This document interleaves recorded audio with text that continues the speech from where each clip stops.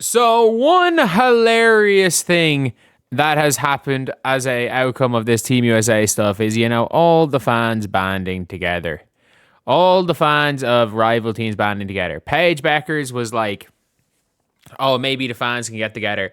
And then the fans were at camp being like, oh, Paige is PG1. It's like, well, no, they don't play the same position. And now it's just like, oh, well, I mean, a lineup with all three of them kind of looks pretty good.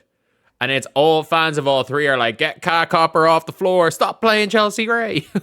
But, yeah, like, it is what it is.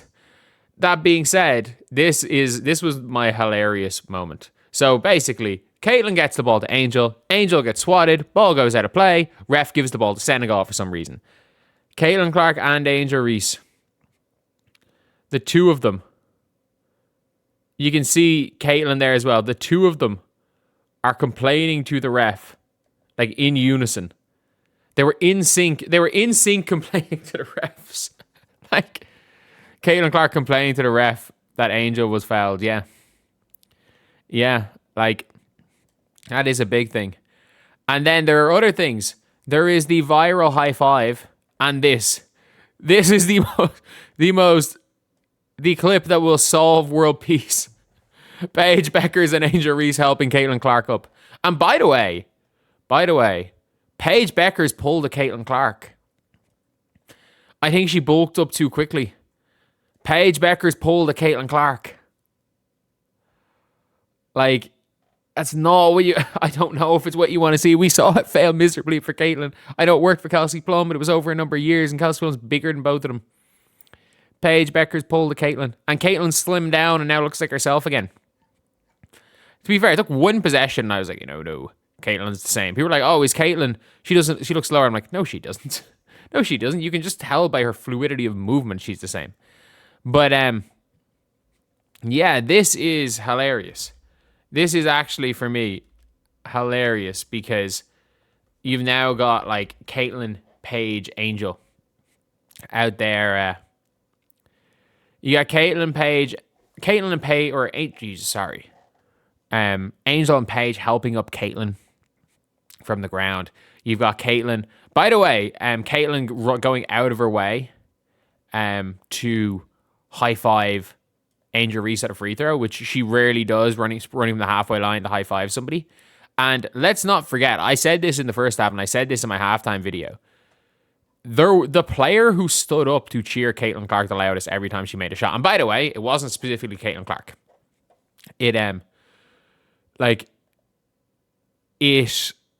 was very much every player, because I've always said this. I've said this, and this is why with the Kennedy Carter situation, I had no problem with Angel Reese doing it until she like doubled and tripled down afterwards on it. And that's the only problem I had with Angel Reese kind of jumping up and celebrating. It was a bad look on the day. But I've always said this, where it's like, if you watch my videos from the time when Angel Reese celebrated Caitlin Clark getting hit, and I'm like, for better or for worse, Angel Reese is going to back up her teammates. For better or for worse. And clearly in that scenario, it was for worse. But you can see, obviously, she is like hyped. Like, Angel Reese was the hype woman for that team.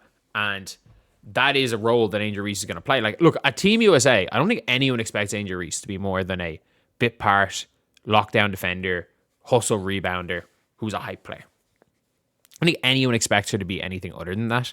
But that's a role you need on a team. And she does that better than anyone else. Like, Paige Bueckers is the best shot creator they have. And by the way, Sabrina Ionescu should not be close to Team USA. Like, there is no reason for Sabrina Ionescu to be on that team over Ryan Howard. I don't know if I think Sabrina might be a better player, but I'm like, if you have Paige and Caitlin, you don't need Sabrina. Like, and you're bringing Jackie Young. So Jackie Young can run, like, Caitlin's your one. You're probably bringing Chelsea Gray as well. Caitlin's your one, Jackie Young, Paige Bueckers, and Chelsea Gray as like the players that kind of can all back up Caitlin.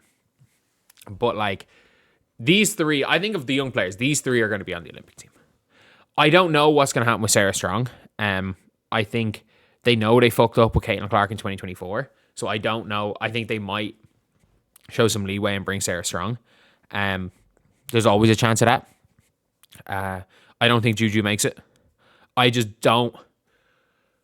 Look, I think Juju relies a lot on athleticism. It's tough coming back from an ACL, and I don't think she shoots the ball well enough to be better than Caitlin Paige. And then, like, I've always said this where I'm like, my comparison to Juju is Ryan Howard.